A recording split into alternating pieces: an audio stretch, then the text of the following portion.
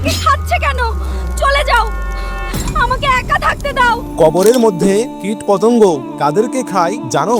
আমাদের প্রিয় নবী সতর্ক করে বলেছেন, বিশেষ করে 3 ধরনের মানুষ এই ব্যাপারে কঠিন বিপদের মুখে পড়বে। মন দিয়ে শোনো, হয়তো তুমিও এই গুনাহের মধ্যে রয়েছো। প্রথম, সেই ব্যক্তি যে পবিত্রতা ও পরিচ্ছন্নতার ব্যাপারে উদাসীন, প্রসাবের ছিটা থেকে বাঁচাকে গুরুত্ব দেয় না, বরং হালকাভাবে নেয় এবং বলে এতে কিছুই হয় না, ছোট একটা বিষয়, অথচ আল্লাহর কাছে এটা ছোট নয়। দ্বিতীয়, যে মানুষ মিথ্যা কথা বলে এবং মিথ্যা ছড়ায়, সত্য মিথ্যার পার্থক্য করে না, নিজের স্বার্থে মানুষকে বিভ্রান্ত করে। তৃতীয়, সবচেয়ে ভয়ঙ্কর, যে পাপ করতে থাকে তারপর নিজেকে সান্ত্বনা দেয় এই বলে যে আল্লাহ তো পরম দয়ালু, ক্ষমাশীল, কিন্তু তওবা করে না, নিজেকে বদলানোর চেষ্টাও করে না। আল্লাহ তাআলা যেন আমাদেরকে এই সমস্ত গুনাহ থেকে বাঁচার তৌফিক দান করেন। আমিন।